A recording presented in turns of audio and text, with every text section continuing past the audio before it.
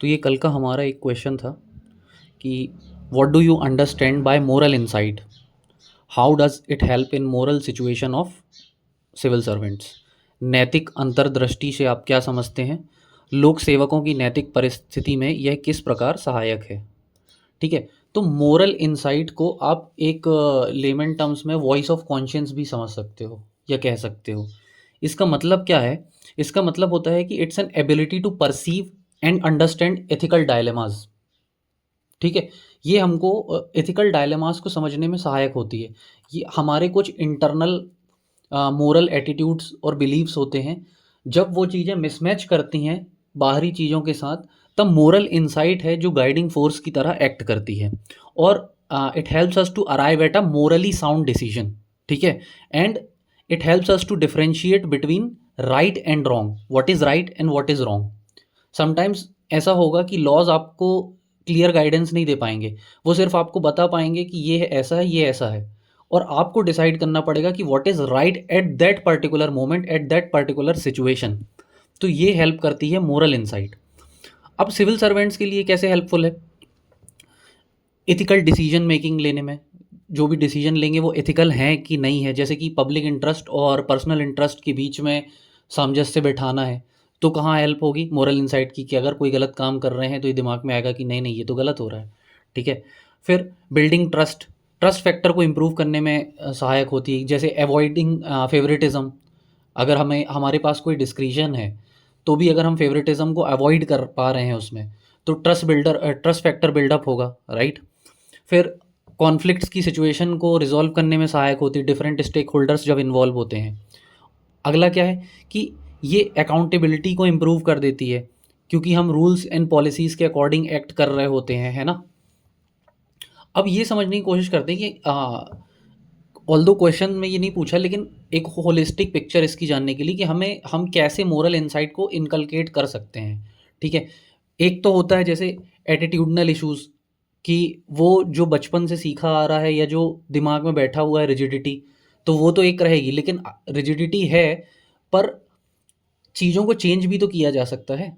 उस चीज़ों को चेंज करने के लिए क्या करना होता है, जैसे मान लो ट्रेनिंग किस प्रकार से शेड्यूल की करनी चाहिए, तो एथिकल थ्योरीज़ के बारे में बताना चाहिए, जैसे कि अपन ने डिस्कस किया था यूटिलिटेरियनिज्म और डिओंटोलॉजी को, कि क्या चीज़ सही है क्या चीज़ गलत है। जब उन्हें नॉलेज होगा तब वो समझ पाएंगे उन चीज़ों को।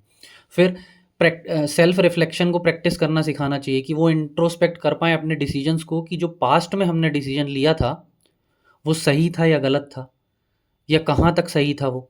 ठीक है, अगला क्या है कि रोल मॉडल्स से सीखने की ज़रूरत है, कि उनने ऐसी परिस्थितियों में क्या किया था। जैसे कि पोस्ट ऑफिस बिल के बारे में आपने पढ़ा होगा 1986 के। ठीक है, और उसमें राष्ट्रपति का रोल क्या था। ठीक है, और कौन से लीडर्स हैं जैसे गांधी, डॉक्टर कलाम, सरदार पटेल, इनकी लाइफ से सीख सकते हैं कि इनने इनके टाइम पे जब इनको मोरल डायलेमास हुए तो इनने कैसे रिजॉल्व किए। ठीक है, इस तरीके से सिविल सर्वेंट्स को एक केस स्टडी बताई जा सकती है। फिर एथिकल डिस्कशंस और डिबेट में एंगेज किया जा सकता है, कि उन्हें रियल टाइम सिचुएशंस दी जाएँ और फिर उन्हें डिबेट कराई जाए, और फिर उससे उनके विचार जानने की कोशिश की जाए कि क्या किया जाएगा ऐसी सिचुएशंस में। ठीक है, उसके बाद पॉलिसीज़ के बारे में इन्फॉर्म्ड होना चाहिए सिविल सर्वेंट्स को। फॉर एग्जांपल उन्हें पता होना चाहिए कि कोड ऑफ कंडक्ट क्या है, कोड ऑफ एथिक्स क्या है। ठीक है, और कॉन्स्टिट्यूशनल वैल्यूज़ क्या है, कौन कौन से राइट्स हैं ऐसे जो कॉन्स्टिट्यूशनल वैल्यूज़ के साथ एंटीथीसिस में जा रहे हैं। ठीक है, इससे जब वो डिसीजन लेंगे तो उन्हें पता होगा कि हम रूल्स एंड प्रोसीजर्स के अकॉर्डिंग एक्ट कर रहे हैं या फिर हम उसके विपरीत एक्ट कर रहे हैं। अगला क्या है कि इमोशनल इंटेलिजेंस को स्ट्रेंथन करने की ज़रूरत है। आज के टाइम पे देखा जा रहा है कि लोग बहुत ज़्यादा शॉर्ट टेम्पर्ड हैं, सुनना सुनना नहीं चाहते। ठीक है, या थोड़ा सा भी किसी चीज़ को लेकर अचानक से उत्तेजित हो जा रहे हैं। ठीक है, तो उसमें क्या एम्पैथी सिखाने की ज़रूरत है, कि पहले तो समझने की ज़रूरत है कि सामने वाला कह क्या रहा है।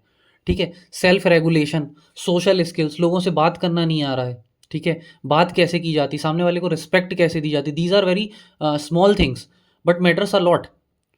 ठीक है, इसीलिए इनको सॉफ्ट स्किल्स बोलते हैं। ठीक है, कि ये बैकग्राउंड में एक्ट करती हैं, बट ये लॉन्ग टर्म में हमारा इंप्रेशन कैसा होगा सामने वाले के प्रति, इस पे बहुत डिपेंड करता है, कि how we talk, how we behave, and how we give respect to others, right.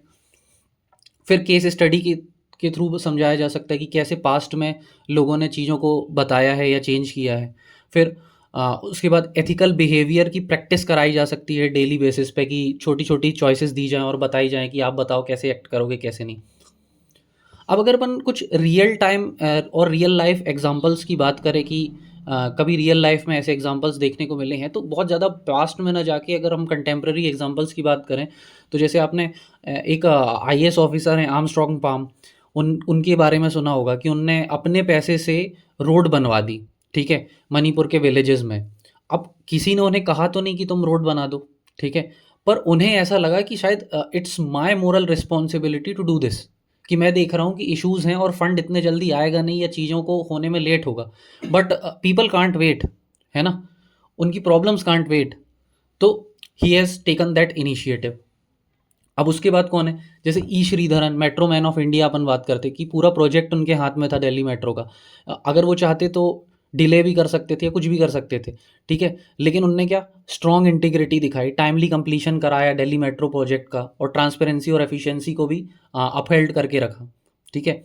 फिर एक हंगर स्ट्राइक के बारे में आपने सुना होगा, AFSPA, armed forces special power act के रिगार्डिंग प्रोटेस्ट हुआ था, 16 ईयर्स चला सा था वो प्रोटेस्ट, और जिन्होंने लीड किया था उनका नाम क्या था, आयरोम शर्मिला नाम था उनका।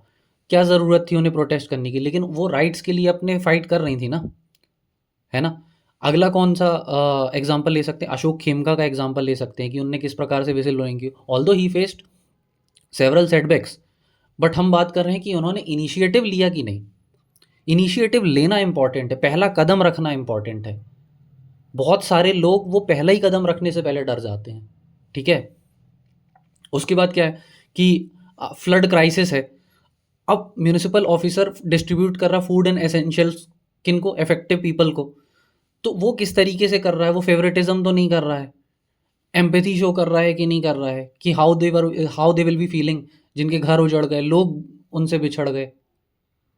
तो ये डिपेंड करता है कि हम कैसे एक्ट कर रहे हैं ऐसी सिचुएशंस में, ठीक है, वी कांट बी सेल्फिश, ठीक है। फिर एक लेमैन एग्जांपल ले सकते हैं कि अगर मान लो कोई पॉलिटिकल केस को दबाने के लिए पुलिस ऑफिसर ब्राइब लेने से रिफ्यूज़ कर रहा है, तो ये भी स्ट्रॉन्ग मोरल इनसाइट का एग्जांपल है ना, कि उसके पास डिस्क्रिशन तो है, तब भी वो ये ऐसा नहीं करना चाहता, because it is wrong to do this, है ना। तो ये ऐसे कुछ एग्जांपल्स हैं। और एक, हाँ, रिसेंट का एक और एग्जांपल है कि जैसे कोरोना के टाइम पे आपने देखा कि जो हमारे हेल्थ केयर वर्कर्स थे, डॉक्टर्स थे, उनने बहुत सेल्फलेस एक्ट किया, है ना, अपनी जान की परवाह नहीं की, ठीक है, और कई लोगों को जान भी गंवानी पड़ी उस चीज़ में, while they were on duty, ठीक है। क्यों? क्योंकि उनका मोट्टो क्या था, सर्विस टू ह्यूमैनिटी, और उनकी कोई ओथ होती है ना, क्या बोलते हैं, एक ओथ लेते हैं वो लोग, ठीक है, तो उसके अकॉर्डिंग उन्होंने एक्ट किया, ठीक है। तो ये सारे ऐसे कुछ एग्जांपल्स थे। एक एग्जांपल आप मलाला यूसुफ़ज़ई का ले सकते हो कि उन्होंने गर्ल्स एजुकेशन के लिए कितनी लड़ाई लड़ी, नोबेल प्राइज़ भी मिला उसके लिए, बट उन्होंने पर्सनल कॉस्ट पे वो लड़ाई लड़ी, किसी ने कहा तो नहीं, बट उनके कॉन्शियस में था, उनके मोरल इंसाइट ने उनको गाइड किया कि it is right thing to do, ठीक है, और उनने अपना करेज दिखाया, ठीक है, तब लोग उनको आज इतना एक्नॉलेज कर रहे हैं। तो ये मोरल इनसाइट का टोटल कॉन्सेप्ट था। इसी के इर्द गिर्द अगर कोई क्वेश्चन आता वॉइस ऑफ कॉन्शियंस से रिलेटेड, तो आपको इसी को जोड़ जाड़ के आपको आंसर बनाना है। Ultimately you have to understand the concept first, ठीक है, और उसके बाद पेरीफेरी अपने आप तैयार हो जाएगी। Thank you.